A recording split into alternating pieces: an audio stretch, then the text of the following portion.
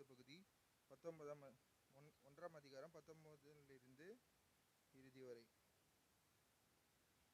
அவள் புருஷனாகிய யோசேப்பு நீதிமானாயிருந்து அவளை அவமானப்படுத்தின மனதில்லாமல் இரகசியமாய் அவளை தள்ளிவிட யோசனையாயிருந்தான்.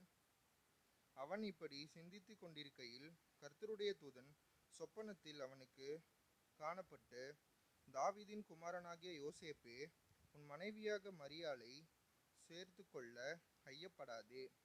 அவளிடத்தில் உற்பத்தியாயிருக்கிற பரிசுத்த ஆவியினால் உண்டானது. அவள் ஒரு குமாரனை பெறுவாள். அவருக்கு இயேசு என்று பெயரிடுவாயாக. ஏனெனில் அவர் தமது ஜனங்களின் பாவங்களை நீக்கி அவர்களை இரட்சிப்பார் என்றான். தீர்க்கதரிசியின் மூலமாய் கர்த்தராலே உரைக்கப்பட்டது நிறைவேறும்படி இதெல்லாம் நடந்தது. அவன், இதோ, ஒரு கன்னிகை கர்ப்பவதியாகி ஒரு குமாரனை பெறுவாள். அவருக்கு இம்மானுவேல் என்று பெயரிடுவாயாக என்று சொன்னாள். இம்மானுவேல் என்பதற்கு தேவன் நம்மோடு இருக்கிறார் என்று அர்த்தமாம். யோசேப்பு நித்திரை தெளிந்து எழுந்து, கர்த்தருடைய தூதன் தனக்கு கட்டளையிட்டபடியே தன் மனைவியை சேர்த்து கொண்டு, அவள் தன் முதற்பேறான குமாரனை பெருமளவும் அவளை அறியாதிருந்து அவருக்கு இயேசு என்று பெயரிட்டான் என்பதே. ஆமீன்.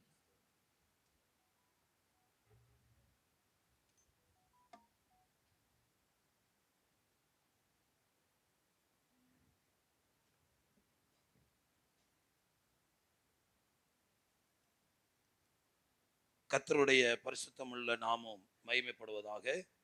இப்பொழுது நாம் வாசிக்கப்பட்ட இந்த வேத பகுதியிலிருந்து ஒரு சிறிய செய்தியை கேட்டு நாம் ஜெபம் பண்ணி இந்த இடத்தை விட்டு கடந்து போக கர்த்தர் நமக்கு உதவி செய்வாராக. அல்லேலூயா, அல்லேலூயா. இந்த காலை வேளையில நம்முடைய ஆண்டவருடைய சமூகத்திலே நாம கடந்து வரவும் அவரை தொழுது கொள்ளவும் கர்த்தர் நமக்கு கொடுத்த இந்த நல்ல சந்தர்ப்பத்திற்காக நான் கர்த்தரை துதிக்கிறேன். அல்லேலூயா, அல்லேலூயா. இயேசுவை குறித்து இப்பொழுது நாம வாசித்த மத்தேயு எழுதின சுவிசேஷம் 1ஆம் அதிகாரம் 23வது வசனத்தை நாம் மத்தேயுல எழுதின சுவிசேஷத்துல வாசித்தோம். இதே வார்த்தையை இயேசு பிறப்பதற்கு ஏறக்குறைய 700 ஆண்டுகளுக்கு முன்பாக ஏசாயா என்னும் தீர்க்கதரிசி எழுதி வைத்திருக்கிறதை 7ஆம் அதிகாரம் 14வது வசனத்திலே நான் வாசிக்க முடிகிறது. ஏசாயா, ஆதலால் ஆண்டவர் தாமே உங்களுக்கு ஒரு அடையாளத்தை கொடுப்பார். இதோ, ஒரு கன்னிகை கர்ப்பவதியாகி ஒரு குமாரனை பெறுவாள். அவருக்கு இம்மானுவேல் என்று பெயரிடுவாயாக. அல்லேலூயா. இந்த மத்தேயு 1ஆம் அதிகாரம் 23வது வசனத்துல என்ன வாசிக்கிறோம்? இதோ, ஒரு கன்னிகை கர்ப்பவதியாகி ஒரு குமாரனை பெறுவாள். அவருக்கு இம்மானுவேல் என்று பெயரிடுவாயாக என்று சொன்னான். இம்மானுவேல் என்பதற்கு தேவன் நம்மோடு கூட இருக்கிறார் என்று அர்த்தமாம். அல்லேலூயா. இந்த ஆண்டு முழுவதும் இம்மானுவேலின் தேவன் அவர் நம்மோடு கூட இருந்திருக்கிறார். அல்லேலூயா. இந்த உலகத்துல ஒரு பெரிய ஆசீர்வாதம் என்னவென்றால், இந்த உலகத்தை உருவாக்கி உண்டாக்கி இதுவரைக்கும் நடத்தி கொண்டு வருகிற சர்வலோகத்தின் ஆண்டவர் மனிதர்களாகிய நம்மோடு கூட இருப்பது நமக்கு கிடைத்த பாக்கியம். அல்லேலூயா. அவர் எப்படி நம்மோடு கூட இருக்கிறாராம்? யோவான் எழுதின சுவிசேஷம் 1ஆம் அதிகாரம் 14வது வசனத்தை வாசிங்க. யோவான் 1ஆம் அதிகாரம் 14வது வசனம். அந்த வார்த்தை மாமிசமாகி கிருபையினாலும் சத்தியத்தினாலும் நிறைந்தவராய் நமக்குள்ளே வாசம் பண்ணினார். அல்லேலூயா. நம்முடைய தேவனாகிய கர்த்தர், யோவான் 1:1 சொல்கிறது, ஆதியிலே வார்த்தை இருந்தது, அந்த வார்த்தை தேவனிடத்தில் இருந்தது, அந்த வார்த்தை தேவனாய் இருந்தது. வார்த்தையாய் இருந்த ஆண்டவர் மாமிசமாகி கிருபையினாலும் சத்தியத்தினாலும் நிறைந்தவராய் அவர் நமக்குள்ளே வாசம் பண்ணினார். இம்மானுவேல் என்பதற்கு தேவன் நம்மோடு கூட இருக்கிறார் என்று அர்த்தமா. ஆண்டவர் இந்த வருஷம் எல்லாம் நம்மோடு கூட இருந்தபடியினாலதான் மீண்டும் ஒரு டிசம்பர் மாதத்தை காண அவருடைய பிறப்பை நாம சிந்திக்க ஒரு தருணத்தை ஆண்டவர் நமக்கு உண்டு பண்ணி கொடுத்திருக்கிறார். அல்லேலூயா. ஆண்டவர் நம்மோடு கூட இருப்பது ஒரு பெரிய மேன்மை, ஒரு பெரிய சிலாக்கியம். பைபிள்ல பலரை குறித்து நாம வாசிக்கிறோம். பலரோடு கர்த்தர் இருந்திருக்கிறார். யாரோடெல்லாம் கர்த்தர் இருந்தாரோ அவங்களுடைய வாழ்க்கை அவங்களுக்கு மாத்திரமல்ல மற்றவங்களுக்கு ஆசீர்வாதமாய் இருந்திருக்கிறது. ஆதியாகமம் புஸ்தகம் 39ஆம் அதிகாரம் 2, 3, 4 வசனங்களை வாசிங்க. ஆதியாகமம் 39. கர்த்தர் யோசேப்போட இருந்தார். அவன் காரிய சித்தி உள்ளவனானான். அவன் எகிப்தியனாகிய தன் எஜமானுடைய வீட்டிலே இருந்தான். கர்த்தர் அவனோடு இருக்கிறார் என்றும் அவன் செய்கிற யாவையும் வாய்க்க பண்ணுகிறார் என்றும் அவன் எஜமான் கண்டு யோசேப்பினிடத்தில் தயவு வைத்து அவனை தனக்கு ஊழியக்காரனும் தன் வீட்டுக்கு விசாரணைக்காரனுமாக்கி தனக்கு உண்டான யாவற்றையும் அவன் கையிலே ஒப்புவித்தான். அல்லேலூயா, அல்லேலூயா.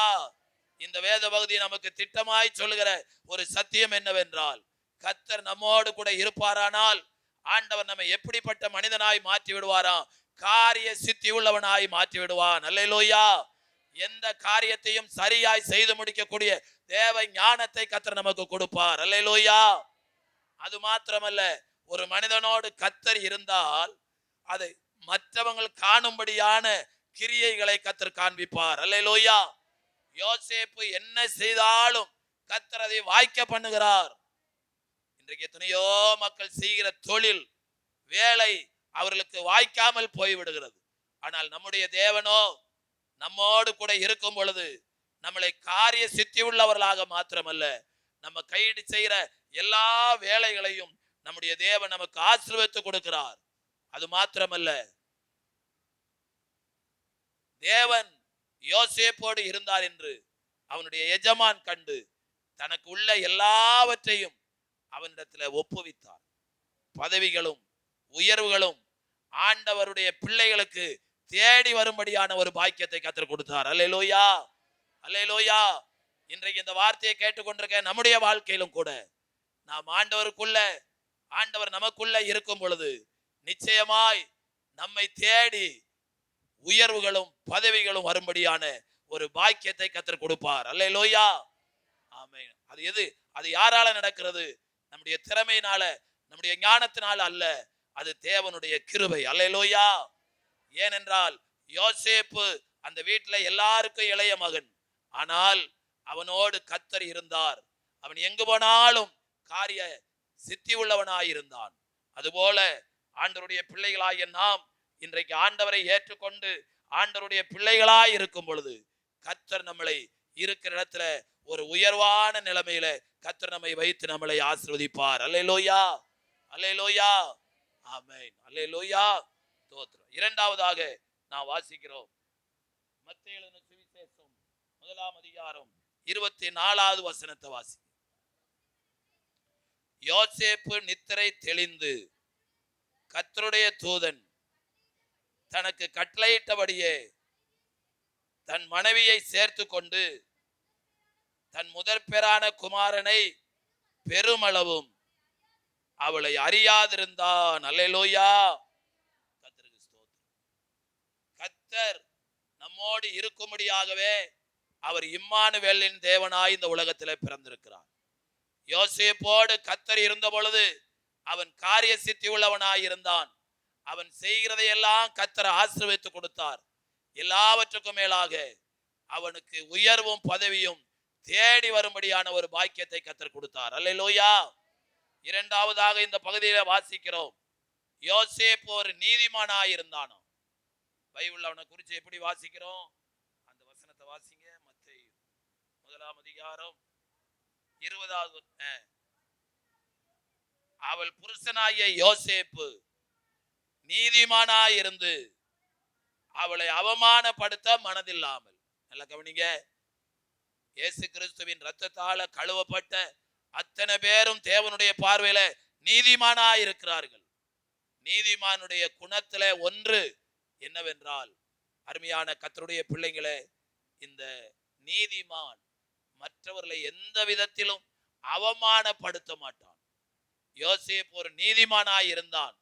ஆகவே தனக்கு நியமிக்கப்பட்டிருக்கிற மரியாள் கர்ப்பவதியாயிருக்கிறாள் என்ற செய்தியை கேட்ட உடனே அவன் மனவேதனைப்பட்டான். ஆனால் எப்படியாயிலும் ரகசியமாய் அவளை தள்ளிவிட வேண்டும் என்று நினைத்துக் கொண்டிருந்தான். இதை அறிந்த ஆண்டவர் அவனுக்கு சொப்பனத்திலே காணப்படுகிறார்.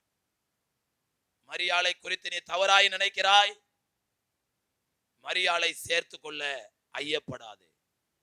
இங்கே ஒரு சத்தியத்தை பரிசுத்த ஆவியானவர் வைத்திருக்கிறார். நீதிமான் மற்றவர்களை அவமானப்படுத்த மாட்டான். 24வது வசனம் சொல்கிறது, கர்த்தர் தனக்கு கட்டளையிட்டபடியே நீதிமானாகிய யோசேப்பு மரியாளை சேர்த்து கொண்டான். அல்லேலூயா, அல்லேலூயா. எழுத்தின்படி அவன் மரியாளை சேர்த்து கொண்டது உண்மை. ஆனால் ஆவிக்குரியபடி அவன் எதையெல்லாம் சேர்த்தான் என்பதை மரியாளுடைய வாழ்க்கையில நாம் கண்டுகொள்ள முடியும். அல்லேலூயா, கர்த்தருக்கு ஸ்தோத்திரம். மத்தேயு 1ஆம் அதிகாரம் 20வது வசனத்தை வாசிங்க.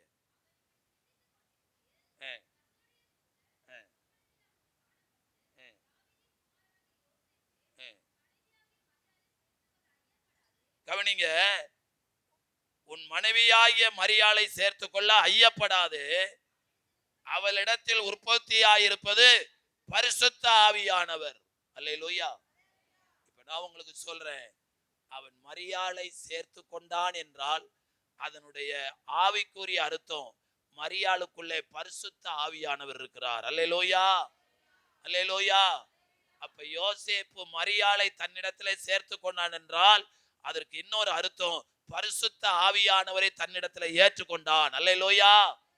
பைபிள் எழுதப்பட்டிருக்கிறது, பலத்தினாலும் அல்ல பராக்கிரமத்தினாலும் அல்ல, என்னுடைய ஆவியினாலே ஆகும் என்று எழுதப்பட்டிருக்கிறது. அல்லேலூயா, ஆமென். பைபிளை மாறி மாறி வாசித்து பார்த்தேன்.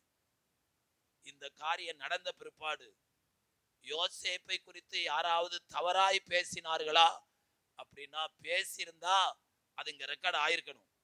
பரிசுத்த ஆவியானவர் அப்படி செஞ்சிருப்பார். ஆனால் அவன் ஒரு நீதிமானாய் இருந்தான், கர்த்தருடைய வார்த்தைக்கு கீழ்ப்படிந்தான். ஆகவே மரியாளுக்குள்ள இருக்கிற பரிசுத்த ஆவியை தன்னிடத்துல சேர்த்து கொண்டான். ஆண்டவருடைய பிள்ளைகளாகிய நாம இந்த உலகத்துல தனித்திருந்தால் வாழ முடியாது.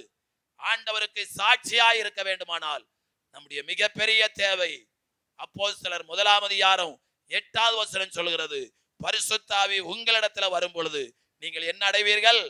பலன் அடைவீர்கள்.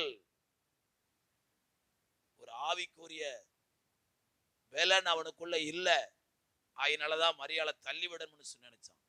ஆனால் ஆண்டவர் சொல்கிறார், அவளை சேர்த்துக்கொள். அவளிடத்துல பரிசுத்த ஆவி இருக்கிறது. அவளை சேர்த்து கொண்ட பொழுது அந்த ஆவியின் பலன் அவனுக்குள்ளே வந்தது. ஆகவே சந்தோஷமாய் அதை ஏற்றுக்கொண்டான். அல்லேலூயா. அப்ப எதை ஏற்றுக்கொண்டான்? பரிசுத்தாவின் அபிஷேகத்தை அவன் என்ன செய்து கொண்டான்? ஏற்றுக்கொண்டான்.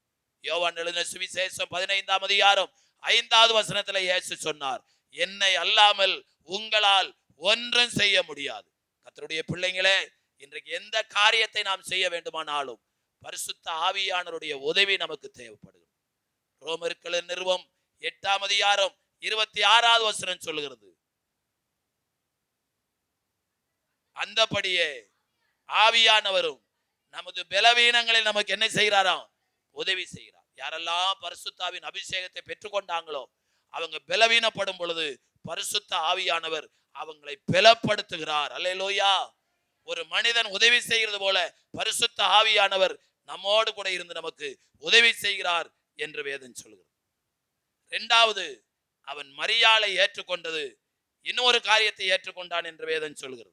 லூக்கா எழுதின சுவிசேஷம் 1ஆம் அதிகாரம் 28வது வசனத்தை வாசிங்க. லூக்கா எழுதின சுவிசேஷம் 1ஆம் அதிகாரம் 28வது வசனம். கிருபை பெற்றவளே வாழ்க. கவனிங்க, முதல்ல ஆண்டவர் சொன்னார், நீ மரியாளை சேர்த்துக்கொள்ள ஐயப்படாதே. அவளிடத்தில் உற்பத்தியாயிருப்பது பரிசுத்த ஆவியானவர். கர்த்தர் தனக்கு கட்டளையிட்டபடியே யோசேப்பு மரியாளை சேர்த்து கொண்டான். மரியாளுக்கு இருக்கிற ஆவியானவரை அவன் ஏற்றுக்கொண்டான்.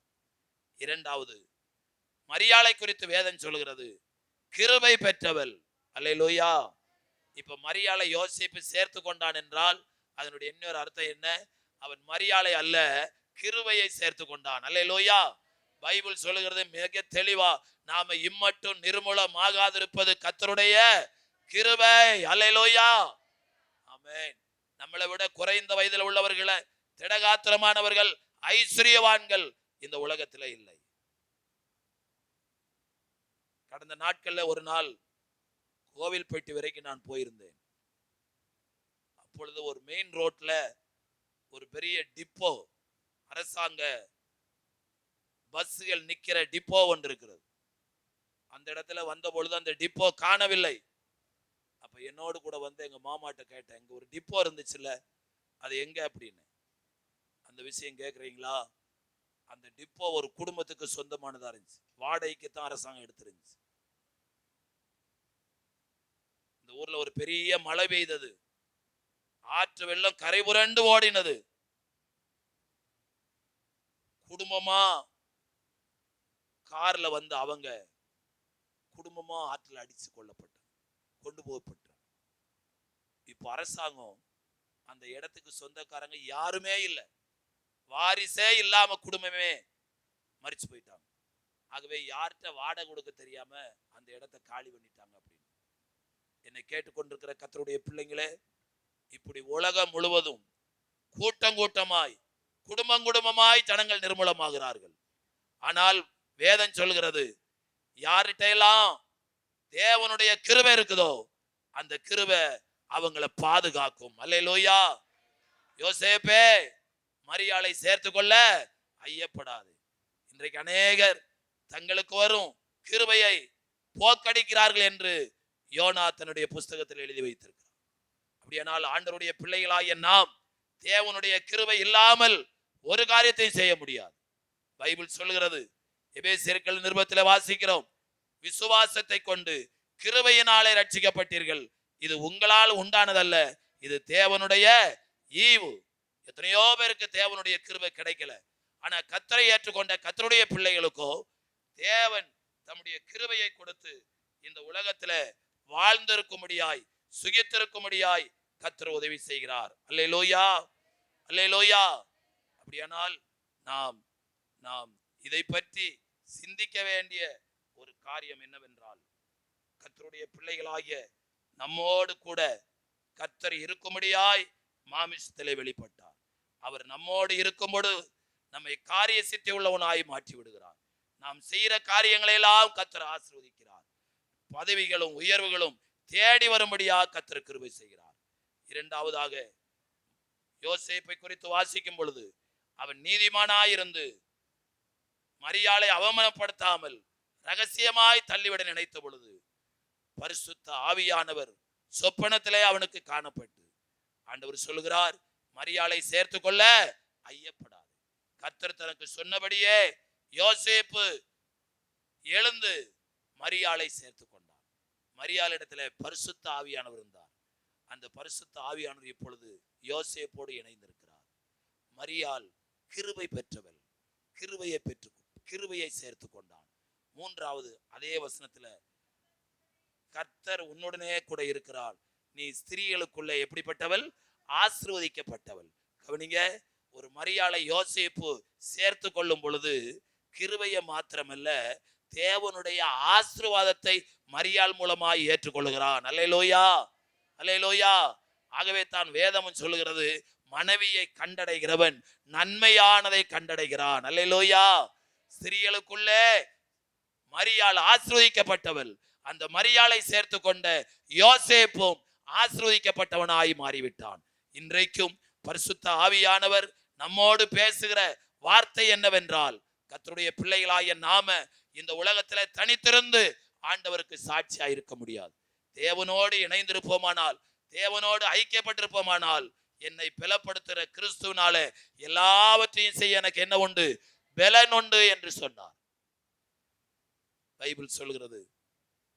தன் முதற் பேரான குமாரனை பெருமளவுக்கும் யோசேப்பு மரியாளை அறியாதிருந்தான். ஏனால் கர்த்தருடைய பிள்ளைகளாகிய நாம் கர்த்தருடைய வார்த்தைகளுக்கு நாம் கீழ்ப்படியும் பொழுது கர்த்தர் சுய கட்டுப்பாட்டோடு வாழக்கூடிய அந்த பாக்கியத்தை கொடுக்கிறார். ஆகவே நாம் என்ன செய்ய வேண்டும்? மாமிசத்துல எந்த காரியம் யோசிக்க கூடாது. பரிசுத்த ஆவியானவருடைய உதவியை நாம் நாட வேண்டும். பவுல் சொல்லுகிறார், 1 தெசலோனிக்கேயர் 5ஆம் அதிகாரம் 21வது வசனத்துல, எல்லாவற்றையும் சோதித்து பார்த்து நலமானதை பிடித்துக் கொள்ளுங்கள், பொல்லாங்காய் தோன்றுகிற எல்லாவற்றையும் என்ன செய்யுங்கள்? விட்டு விடுங்கள். மரியாளை தள்ளிவிடுவது ஆண்டவருடைய பார்வையில பொல்லாங்கு. ஆனால் யோசேப்புக்கு ஆண்டவர் கட்டளையிட்ட பொழுது அந்த கட்டளைக்கு கீழ்ப்படிந்து மரியாளை ஏற்றுக்கொண்டது போல தேவனுடைய காரியங்களை தேவனுடைய பிள்ளைகள் ஏற்றுக்கொள்ள வேண்டும். பொல்லாங்காய் தோன்றுகிற எல்லாவற்றையும் என்ன செய்ய வேண்டும்? விட்டுவிட வேண்டும் என்று எழுதப்பட்டிருக்கிறது. மூன்றாவதாக நாம் வாசிக்கிற குறிப்பு என்னவென்றால், மத்தேயு எழுதின சுவிசேஷம் 2ஆம் அதிகாரம் 10வது வசனம். மத்தேயு, அவர்கள் அந்த நட்சத்திரத்தை கண்ட பொழுது மிகுந்த ஆனந்த சந்தோஷம் அடைந்தார்கள். அருமையான கர்த்தருடைய பிள்ளைங்களே, வானத்துல எத்தனையோ நட்சத்திரங்கள் இருக்கிறது. இது ஆண்டவரால் உருவாக்கப்பட்ட காரியங்கள். ஆனால் இயேசுவை பார்க்க போன சாஸ்திரிகள் நட்சத்திரத்தை கண்ட பொழுது அவர்கள் மிகுந்த ஆனந்த சந்தோஷம் அடைந்தார்கள் என்று வேதத்தில் எழுதப்பட்டிருக்கிறது. யூதருக்கு ராஜாவாக பிறந்திருக்கிறவர் எங்கே என்று போய் எங்கே கேட்டார்கள்? அரமனையில கேட்டார்கள். மத்தேயு எழுதின சுவிசேஷம் 2ஆம் அதிகாரம் 3வது வசனத்துல வாசிக்கிறோம்.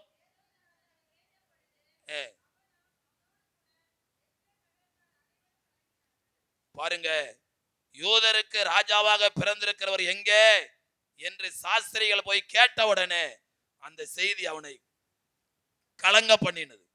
காரணம் என்ன? யூதா தேசத்தை ஆண்டு கொண்டிருக்கிறான்.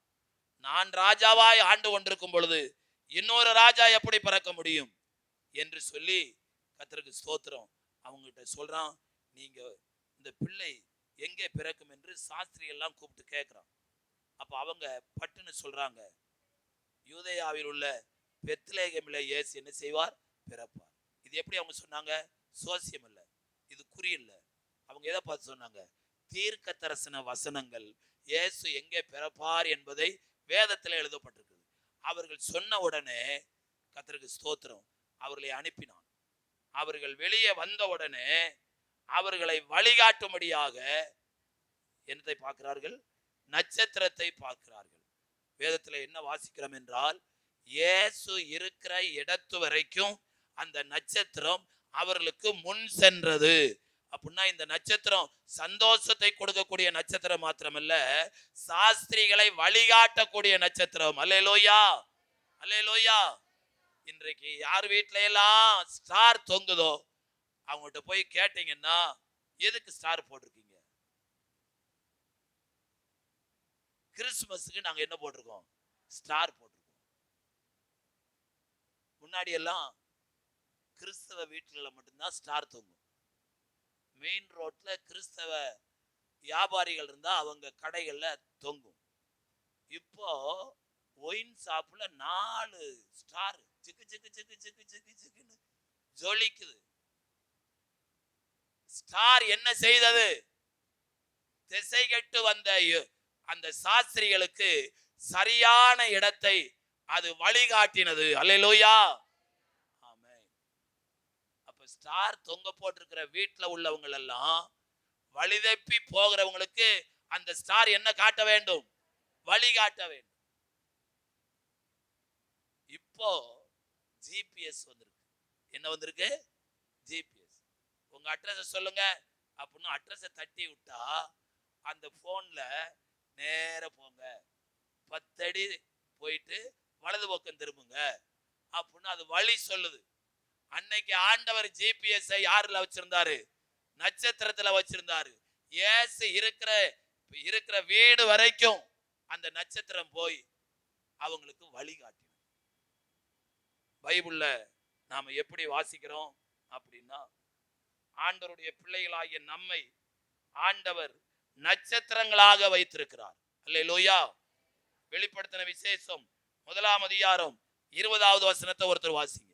வெளிப்படுத்தல் 1ஆம் அதிகாரம் 20வது வசனம்.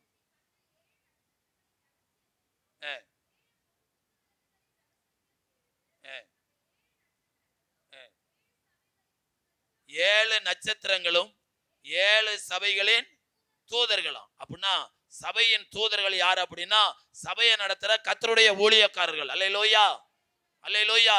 அப்ப கர்த்தருடைய ஊழியக்காரர்கள் இந்த இந்த உலகத்துல ஆண்டவர் எப்படியாய் வைத்திருக்கிறார் என்றால், நட்சத்திரங்களாய் வைத்திருக்கிறார். அல்லேலூயா, அல்லேலூயா, ஆமென். நாம என்ன செய்யறோம்? நீங்களோ உங்களை அந்தகாரத்திலிருந்து தம்முடைய ஆச்சரியமான ஒளியினிடத்திற்கு வரவழைத்தருடைய புண்ணியங்களை அறிவிக்கும்படி தெரிந்து கொள்ளப்பட்ட சந்ததியாய், ராஜரீக ஆசாரிய கூட்டமாய், ஒவ்வொரு விசுவாசியும் ஆண்டவரை ஏற்றுக்கொண்ட ஒவ்வொரு கர்த்தருடைய பிள்ளைகளும் ஆண்டவருடைய பார்வையில அவர்கள் நட்சத்திரங்களாய் இருக்கிறார்கள். அல்லேலூயா, அல்லேலூயா. அப்ப இந்த நட்சத்திரம் என்ன செய்யணும் அப்படின்னா, இன்னைக்கு எத்தனையோ மக்கள் திசை மாறி போய் கொண்டிருக்கிறார்கள். அப்படிப்பட்டவர்களுக்கு இயேசு இருக்கிற இடத்தை வழிகாட்டுகிற நட்சத்திரமாய் ஆண்டவர் நம்மளை வைத்திருக்கிறார். அல்லேலூயா, அல்லேலூயா, ஆமென். அப்ப நாம திசை மாறி போகிறவர்களுக்கு சரியான வழியை காட்டுகிறவர்களாய் இருக்க வேண்டும்.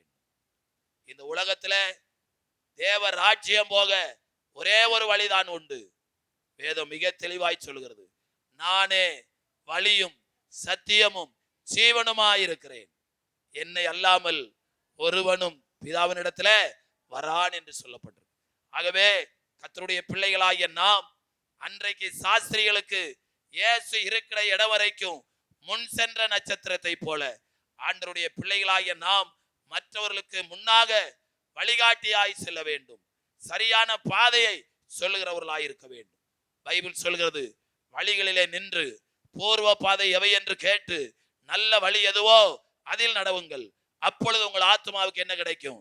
இளைப்பாறுதல் கிடைக்கும். இன்றைக்கு சரியான வழியில நடக்காதனால அநேகர் தங்களுடைய ஆத்மாவில இளைப்பாறுதலற்றவர்களாய் இருக்கிறார்கள். ஆனால் ஆண்டவர் காட்டுற வழிக்குள்ளே வரும் பொழுது அவர்களுக்கு நல்ல இளைப்பாறுதலை ஆண்டவர் கட்டளையிடுகிறார். அல்லேலூயா, அல்லேலூயா, ஆமென். நான்காவதாக நாம் வாசிக்கிற ஒரு காரியம் என்னவென்றால், மத்தேயு எழுதின சுவிசேஷம் 2ஆம் அதிகாரம் 12வது வசனத்தை வாசி.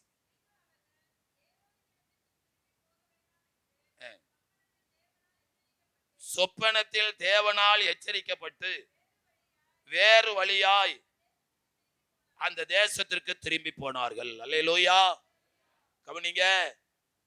இயேசுவை பார்க்க போன சாஸ்திரிகளிடத்துல ஏரோது சொன்ன காரியம் என்ன? நீங்கள் போய் பிள்ளையை பார்த்துவிட்டு இங்கே வாருங்கள், நீங்கள் பார்த்த பிற்பாடு நானும் போய் அந்த பிள்ளையை பார்த்து பணிந்து கொள்ளும்படியா என்னிடத்துல திரும்பி வாருங்கள் என்று சொன்னான். ஆனால் இவர்கள் திரும்பி போக யோசித்த பொழுது பரிசுத்த ஆவியானவர் சொல்லுகிறார், ஏரோது பிள்ளையை கொலை செய்ய தேடுகிறான். ஆகவே நீங்கள் வந்த வழியாய் என்ன செய்யக்கூடாது? போகக்கூடாது. வேறு வழியாய் போனார்கள். இதனுடைய ஆவிக்குரிய அர்த்தம் என்னவென்றால், யாரெல்லாம் ஆண்டவரை இரட்சகராக தெய்வமாக ஏற்றுக்கொள்ளுகிறார்களோ அவர்கள் தங்களுடைய சுய வழியில நடக்கிறது இல்ல, ஆண்டவர் காட்டுற உத்தமமான வழியில நடக்கிறார்கள். அல்லேலூயா. 119வது சங்கீதம் 1 வசனம் சொல்கிறது, கர்த்தருடைய வேதத்தின்படி நடக்கிற உத்தம மார்க்கத்தார் பாக்கியவான். ஆண்டவர் நீங்கள் நானும் நடக்கக்கூடிய உத்தமமான ஒரு வழியை காட்டியிருக்காரு. அதுதான் அவரே வழியும் சத்தியமும் ஜீவனுமா இருக்கு என்று சொன்னார். ஆண்டவரை ஏற்றுக்கொண்ட ஒவ்வொரு கர்த்தருடைய பிள்ளைகளும் வந்த வழியா திரும்பி போகக்கூடாது. அல்லேலூயா. இந்த சபைக்கு வரும்பொழுது துன்மார்க்கரா வந்திருக்கலாம், ஆனா போகும்போது ஆண்டவர் நீதிமானா அனுப்புவார். அல்லேலூயா.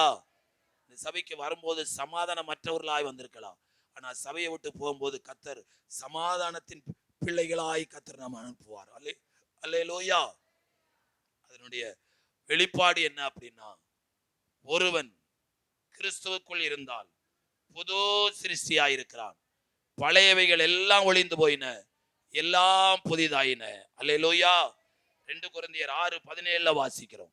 ஆக ஆண்டவரை ஏற்றுக்கொண்டவர்கள், ஆண்டவரை தரிசித்தவர்கள் ஒருபோதும் வந்த வழியா அல்ல, வேறு வழியாய், புதிய வழியாய், ஆண்டவர் காட்டுற வழியில நான் வரும் பொழுது நம்முடைய வாழ்நாள் எல்லாம் புதிய புதிய காரியங்களை பார்க்க முடியாய், அனுபவிக்க முடியாய் ஆண்டவர் நம்மளை புதிய மனிதர்களாக மாற்றிருக்கிறார், புது சிருஷ்டியாக மாற்றிருக்கிறார். ஆகவே நாம் பழைய வழியில் அல்ல, புது வழியில போகணும்.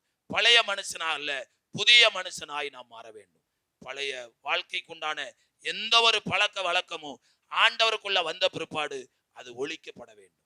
பவுல் எழுதுகிறார் கலாத்தியருக்கு, உலக வழிபாடுகளுக்கு மரித்தது உண்டானால், அப்போ உலக வழிபாடு ஒரு தேவனுடைய பிள்ளைகளுடைய வீட்டுக்குள்ள என்ன செய்யக்கூடாது, காணப்படவே கூடாது. ஆகவே நாம் ஆண்டவரை தரிசித்தவர்கள் வந்த வழியா அல்ல, வேறு வழியாய், புதிய வழியாய், நித்திய வழியில நாம் செல்ல வேண்டும். கர்த்தருடைய பரிசுத்தமுள்ள நாமம் மகிமைப்படுவதாக.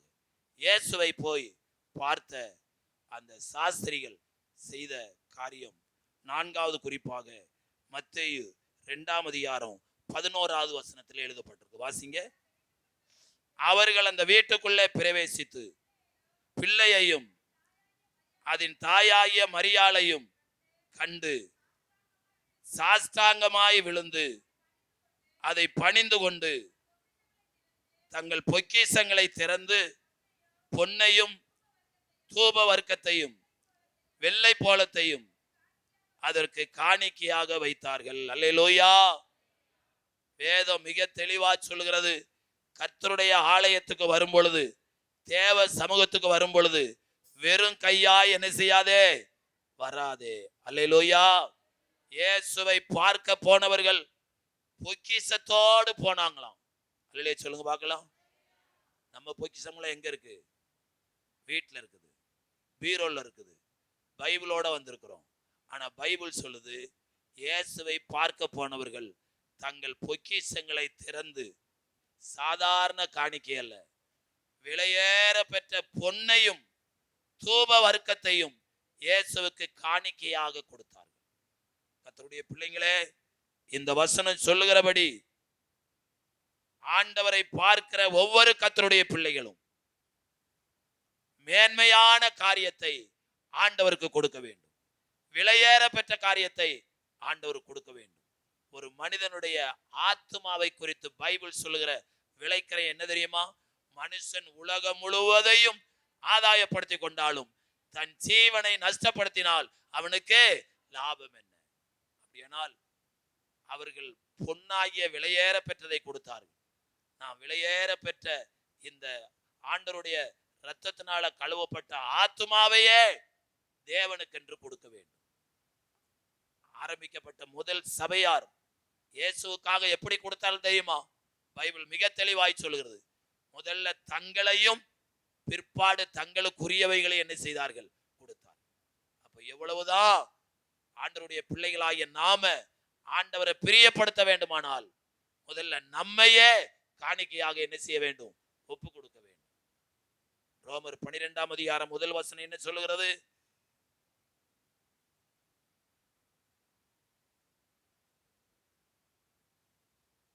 வாசிங்க டக்குன்னு. அப்படி இருக்க சகோதரரே, நீங்கள் உங்கள் சரீரங்களை பரிசுத்தமும் தேவனுக்கு பிரியவுமான ஜீவ பலியாக ஒப்பு கொடுக்க வேண்டும் என்று தேவனுடைய இரக்கங்களை முன்னிட்டு. ஆமென். அல்லேலூயா. நம்ம ரட்சிக்கப்பட்டோம், இயேசு கிறிஸ்துவின் ரத்தத்தினால காக்கப்பட்டோம். ஆனா உலகத்துல இருக்கிறோம். எப்ப சத்துரு நம்மளை அசிங்கப்படுத்தணும் என்று, அசுத்தப்படுத்த வேண்டும் என்று அவன் கங்கணம் கட்டி கொண்டிருக்கிறான். ஒவ்வொரு முறையும் தேவ சமூகத்துல வரும் பொழுது நம்முடைய ஆவி, ஆத்மா, சரீரத்தை கர்த்தருடைய கரத்துல ஒப்பு கொடுக்க வேண்டும் என்று பவுல் கிறிஸ்துவின் அன்பினால வேண்டிக் கொள்கிறார். நாம் ஏன் ஒவ்வொரு நாளும் தேவனிடத்துல ஒப்பு கொடுக்க வேண்டும்? வேதம் சொல்லுகிறது, நான் கர்த்தரிடத்துல ஒப்பு கொடுத்ததை அவர் அந்த நாள் வரையில் என்ன செய்வாராம், காத்து கொள்வார். ஆகவே ஆண்டவருடைய பிள்ளைகளாகிய நமக்குள்ள இருக்கிற தேவ சமாதானத்தை நாம் காத்துக்கொள்ள வேண்டுமானால் நாம் தேவனிடத்தில் நம்முடைய வாழ்க்கையை, நம்முடைய குடும்பத்தை, நம்முடைய வேலையை, நம்முடைய வருமானத்தை ஆண்டவருடைய கரத்துல ஒப்பு கொடுக்கும் பொழுது அவர் அதை பாதுகாத்துக் கொள்வார். அல்லேலூயா, அல்லேலூயா. ஆமென். இந்த காலை வேளையில கர்த்தரை ஆராதிக்க வந்திருக்கிற நாம் இன்றைக்கு நம்மையே ஆண்டவருடைய கரத்துல ஒப்பு கொடுப்போம். நீங்களே தேவனுடைய ஆலயம் என்று சொன்னார். இந்த ஆலயமாகிய சரீரத்தை எந்த விதத்திலும் நாம் அசுசிப்படுத்தாதபடி ஒவ்வொரு நாளும் ஆண்டவர்கிட்ட ஒப்பு கொடுத்து நாம வாழ்வோமானால் நிச்சயமாய் நம்முடைய ஆண்டவர் நம்மளை பாதுகாக்க அவர் வல்லமை உள்ளவராயிருக்கிறார். ஆண்டவருக்கு நாம் கொடுப்பது சாதாரணமானவைகளாக இருக்கக்கூடாது, அது விலையேற பெற்றதாக இருக்க வேண்டும். அல்லேலூயா. ஆமென். பைபிள்ல கொடுக்கிற காரியத்தை குறித்து பவுல் எப்படி எழுதுகிறார்? சிறுக விதைக்கிறவன் சிறுக அறுப்பான், பெருக விதைக்கிறவன் பெருக அறுப்பான். நாம் எந்த அளவுக்கு ஆண்டவருக்காக விதைக்கிறோமோ அந்த அளவுக்கு நாம் ஆண்டவருக்காக அறுவடை செய்ய முடியும். அமுக்கி குலுக்கி மடியில சரிந்து விழும்படி உங்களுக்கு அளந்து போடுவார்கள் என்று வேதம் சொல்லுகிறது. ஆகவே இப்படிப்பட்ட சிந்தையோடு நாம் ஆண்டவருடைய சமூகத்தில் காணப்படும் பொழுது, ஆண்டவருக்காக கொடுக்கும் பொழுது, ஆண்டவர் ஒருவருக்கும் கடன்பட்ட தேவன் அல்ல. நாம கொடுத்ததை அவர் 4ஆய் 10ஆய் அவர் பெருக்கி திருப்பி கொடுப்பார். பைபிள் சொல்கிறது, கொடுங்கள் அப்பொழுது உங்களுக்கு கூட கொடுக்கப்படும். ஆகவே நம்முடைய ஆண்டவர் நாம கொடுத்தது போல கொடுக்காதபடி அதை பெருக்கி 4ஆய் 10ஆய் கூட்டி தருகிறார். அப்படிப்பட்ட ஆசீர்வாதத்தை பெற்றுக்கொள்ளும்படியாக இந்த காலை வேளையில நம்முடைய ஆவி ஆத்துமா சரீரத்தை கர்த்தருடைய கரத்துல ஒப்பு கொடுப்போம். வருத்தப்பட்டு பாரம் சுமக்கிறவர்களே, நீங்கள் எல்லாரும் என்னிடத்துல வாருங்கள், நான் உங்களுக்கு என்ன தருவேன்?